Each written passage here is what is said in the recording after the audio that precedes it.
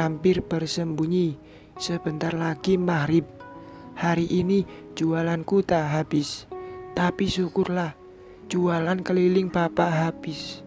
Bapak pun pulang dengan senyum senang. Untuk hari pertama cukup lumayan. Alhamdulillah. Sepertinya jualan keliling lebih laris daripada berdiam di sini, Rin, ucap Mas Bayu sambil menyuapi Raka makan. Tunggulah dulu, Mas. Kondisimu belum memadai, jawabku sambil melipat baju. Aku merasa tak enak berdiam di rumah, sementara Bapak jualan keliling. Tanganku berhenti bekerja, lalu melihat Mas Bayu. Ia masih merasa seakan tak berguna hingga sangat sensitif. Padahal kami sudah berusaha agar ia tak berkecil hati dan tetap semangat. Namun kenyataannya tak semudah ucapan. Mas, besok aku coba cari becak motor. Dengar-dengar dengan harga 3 atau 4 juta saja sudah bagus. Kita pergi jualan dengan becak itu. Raka bisa kita titip ke ibu untuk sementara. Mungkin kita harus mencari pelanggan. Mana tahu ada yang ingin pesan buat hajatan. Entah kenapa ada ide ini terlintas. Niatku hanya ingin membuat Mas Bayu bersemangat. Jika ia ikut dalam berusaha mencari uang, mungkin percaya dirinya kembali karena merasa menjadi suami yang berguna. Mudah-mudahan ideku benar. Iya, Rin, aku pernah lihat becak motor metik. Lagian mengendarainya mudah. Biarpun kakiku hanya satu, cukup mengendalikan rem tangan saja. Tapi kamu punya uang buat belinya enggak? Ada. Besok pagi kita cari, Mas, jawabku tanpa ragu. Akhirnya ia tersenyum senang.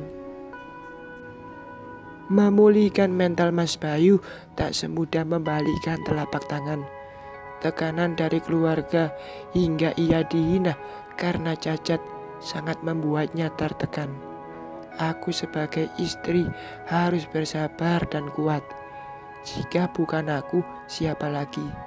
Di sini aku dituntut harus lebih kuat mental. Dan alhamdulillah karena sering membaca cerbung dari banyak penulis, banyak juga ilmu yang ku dapat. Malam semakin larut, semua sudah tertidur dan aku masih memegang ponsel mengetik bab lanjutan dari cerbungku. Dari kisahku ini, ku beranikan menulis satu cerita baru dan alhamdulillah lumayan banyak yang membaca. Ada komentar yang menguatkan dan ada juga yang mengolok.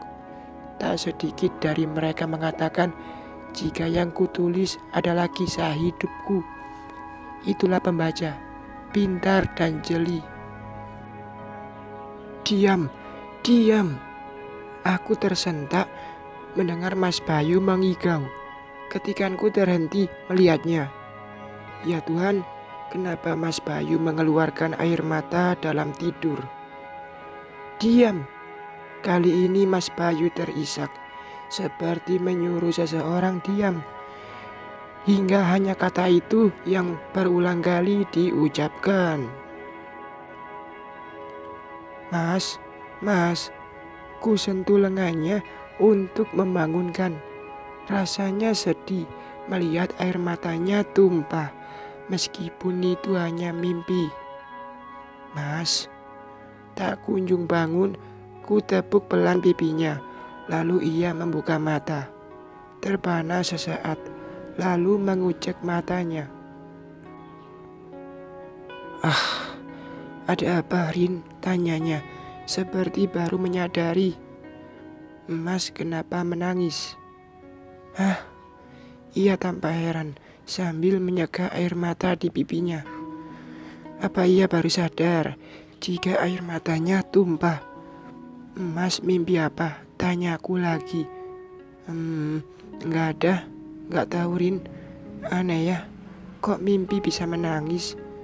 Mas Bayu tertawa kecil. Apakah ia tak mau cerita atau betul-betul lupa? Entahlah, aku tak ingin memaksanya menjawab. Baca doa, Mas. Lanjutkan tidurmu. Besok, jika becak motor itu kita dapat, aku butuh tenagamu menemaniku jualan keliling. Lagian, jika kita jualan keliling, sepertinya menyenangkan, bisa jalan-jalan, dan ini mengingatkan saat kita pacaran dulu. Iya, aku ingat saat jemput kamu pulang kerja di rumah makan Padang. Kita keliling dengan motor setelah makan bakso. Tapi sayang, motor itu sudah kita jual, Rin. Kenangan sederhana, tapi membekas indah di hati. Justru saat itu aku sangat bahagia. Seorang wanita yang hanya tamat SMP disukai seorang Mas Bayu yang tamat D3. Bahkan ia membuktikan melamar dan aku merasa sangat beruntung. Insya Allah nanti kita bisa beli lagi. Aku yakin suatu saat Mas bisa membelikanku sesuatu yang sangat kubutuhkan.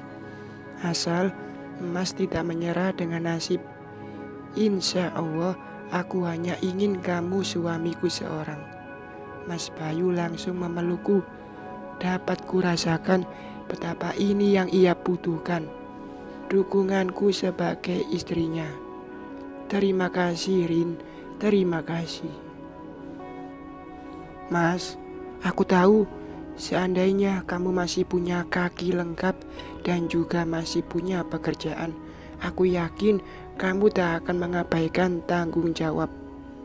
Aku tahu kamu lelaki baik yang jadi jodohku. Ini ujian hidup, aku sudah terbiasa hidup kekurangan. Mungkin karena inilah aku lebih kuat mental. Beda dengan Mas Bayu yang dulunya punya karir bagus dan dari keluarga menengah ke atas. Tapi setelah ayahnya meninggal dan Mas Bayu tak lagi punya pekerjaan, ibunya terpaksa buka warung depan rumah. Alhamdulillah suamiku bisa membantu modal usahanya. Bersambung.